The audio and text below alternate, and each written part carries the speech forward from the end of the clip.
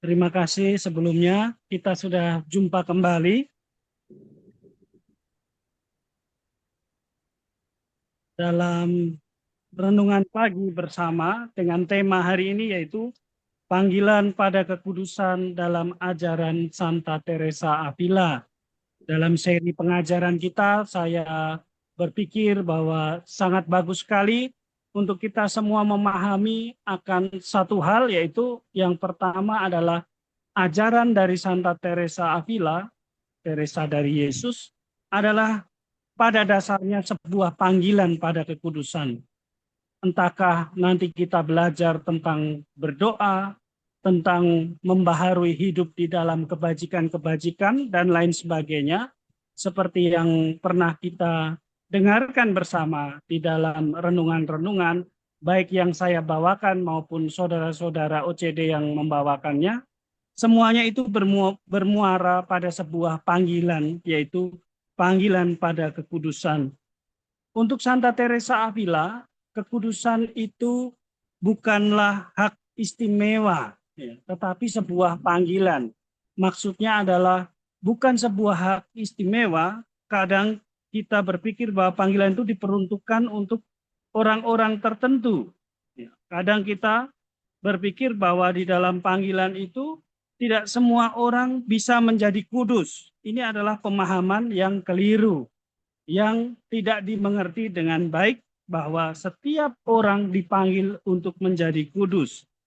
Kita menganggap bahwa kekudusan itu jauh dari kita, ya, seolah-olah istimewa, sangat istimewa, dan hanya untuk orang-orang yang mengabdikan hidup sebagai seorang biarawan, biarawati, atau seorang imam.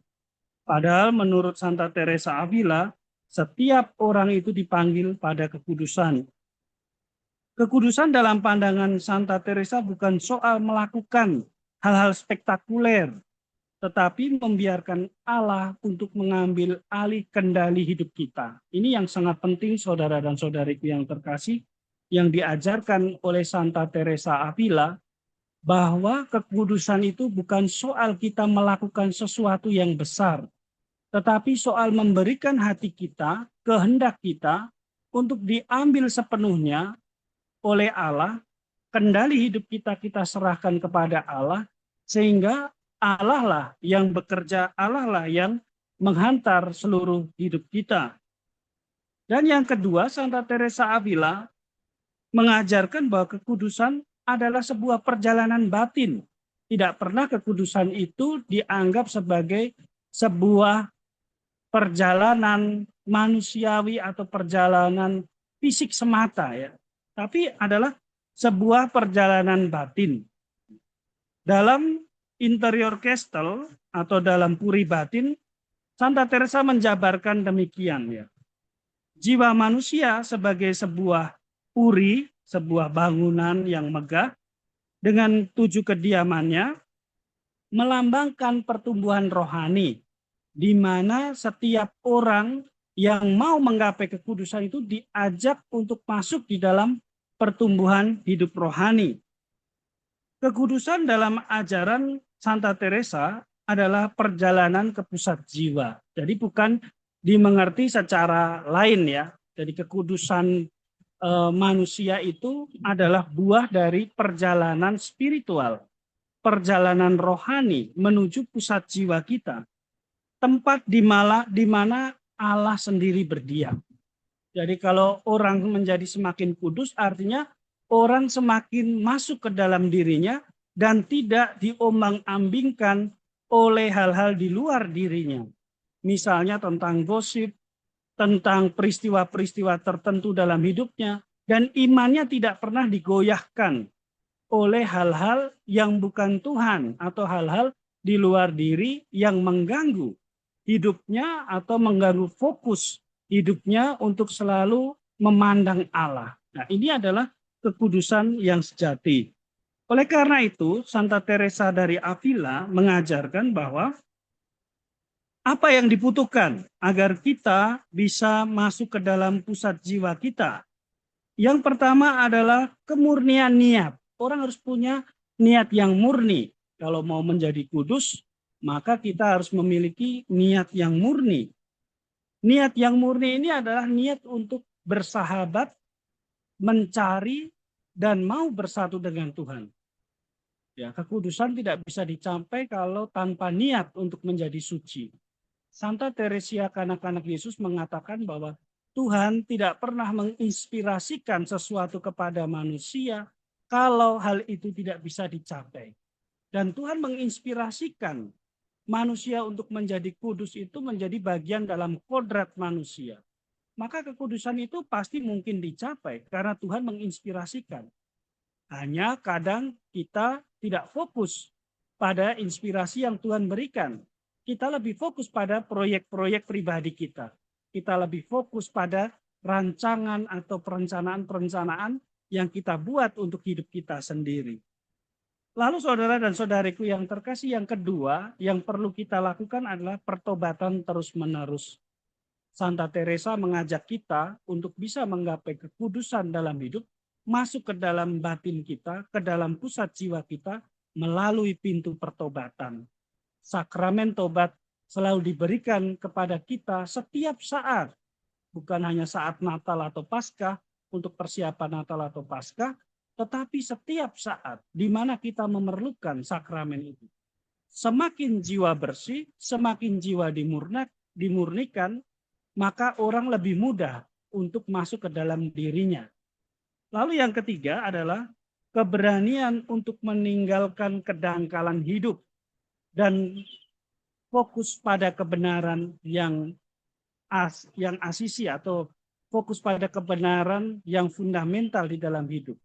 Jadi kita mulai meninggalkan hidup yang dangkal, hidup yang hanya mementingkan hal-hal permukaan saja, hidup yang hanya mementingkan tampakan luar, tapi kita masuk kepada kebenaran yang hakiki, kebenaran yang mendasar, yaitu bahwa hidup saya atau yang paling penting di dalam hidup saya adalah saya berkenan di hadapan Allah.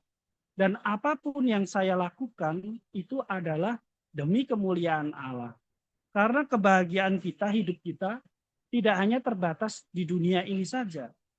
Hidup kekal abadi di surga itu dimulai dari sekarang. Bukan menunggu nanti kita meninggal, baru kita akan mengalami surga. Tetapi surga itu diusahakan dari sekarang. Yesus mengatakan bahwa kita harus menyimpan harta kita di surga. Ya. Bukan menyimpan harta di dunia yang ngengat karat bisa merusakkan. Lalu Santa Teresa juga memberikan indikasi untuk kita ciri-ciri panggilan pada kekudusan. Santa Teresa dari Avila memberikan ciri-ciri khas tentang panggilan pada kekudusan. Yang pertama adalah kehendak untuk mencintai Allah di atas segala sesuatu. Kalau kita di dalam batin kita memiliki kehendak ini, ada panggilan untuk menyenangkan Allah dan lain sebagainya, ini adalah sebenarnya undangan dari Allah. Rahmat panggilan, bahwa kita sedang dipanggil, diundang untuk masuk, untuk keluar dari hidup yang sifatnya tadi ya, sifatnya hanya permukaan, untuk lebih serius dengan iman kita. Untuk masuk lebih dalam ke dalam hidup kita, untuk menggapai kekudusan. Jadi kalau di dalam batin kita mulai muncul kehendak untuk mencintai Allah di atas segala sesuatu, ya berbahagialah kita karena kita sedang dalam undangan Allah itu. Lalu yang kedua adalah setia pada hal-hal kecil. Orang yang diundang menggapai kekudusan tidak pernah lalai untuk melakukan hal-hal rutinitas yang sederhana dalam hidupnya demi untuk menyenangkan Allah. Bukan untuk menyenangkan sesama, tetapi demi kebaikan sesama dan untuk memuliakan nama Allah. Lalu Santa Teresa juga mengatakan bahwa Tuhan berjalan bahkan di antara panci-panci dapur. Artinya bahwa di dalam keseharian kita adalah sebuah kesempatan. Meskipun kita memasak, kita melakukan hal-hal sederhana setiap hari, tapi kalau kita lakukan dengan motivasi untuk pelayanan kemuliaan Allah, maka Tuhan berkenan atas pengabdian kita itu. Dan hal-hal kecil itu akan mengantar kita pada kekudusan hidup. Maka saudara dan saudaraku bisa kita lihat bahwa kekudusan ini bukan sesuatu yang spektakuler, yang jauh, tapi sesuatu yang sederhana, yang hakiki, yang setiap hari kita bisa capai melalui kegiatan harian kita. Lalu yang ketiga adalah keberanian menghadapi penderitaan.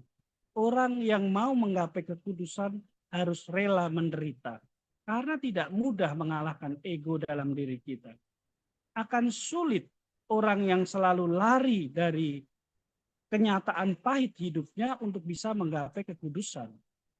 Orang yang selalu lari dari kenyataan, menolak penderitaan, tidak akan pernah sampai pada kekudusan. Santa Teresa sendiri mengalami ya di dalam peristiwa hidupnya ketika dia didorong oleh rahmat Allah untuk membaharui ordo demi pelayanan kepada Allah, maka Teresa mengalami banyak penderitaan, cemoohan, sakit, penyakit, bahkan sampai meninggalnya Teresa dalam keadaan sakit. Tangannya yang patah itu tidak sembuh sampai dia mengalami kematian. Bahkan perlawanan dari orang-orang yang tidak suka dengan proyek atau dengan rencana pembaharuan ordo. Lalu yang keempat, yang terakhir, ciri-ciri yang diberikan oleh Santa Teresa adalah kebebasan batin. Semakin orang berjalan dalam kekudusan, hatinya lepas bebas, batinnya damai. Maka tadi saya katakan, tidak ada sesuatu pun dari luar yang akan mengacaukan kedamaian hatinya atau merenggut kedamaian dalam jiwanya. Jiwanya hanya terpaku pada Allah. Jiwanya hanya berpusat pada Allah. Dan Allah akan menjadi satu-satunya sumber kebahagiaan di dalam hidupnya. Ini adalah ciri-ciri orang yang sedang berjalan di dalam kekudusan. Untuk itu Santa Teresa menawarkan kepada orang-orang yang mau menanggapi panggilan Allah untuk menggapai kekudusan itu dengan cara hidup kontemplatif. Kita jangan berpikir bahwa menjadi kontemplatif itu kita harus menjadi anggota dari serikat kebiaraan atau ordo-ordo kontemplatif ya. Bahkan Paus Fransiskus dalam audiensi terakhir dengan para seminaris mengatakan bahwa dunia saat ini membutuhkan dunia yang kontemplatif atau dunia saat ini perlu orang-orang kontemplatif.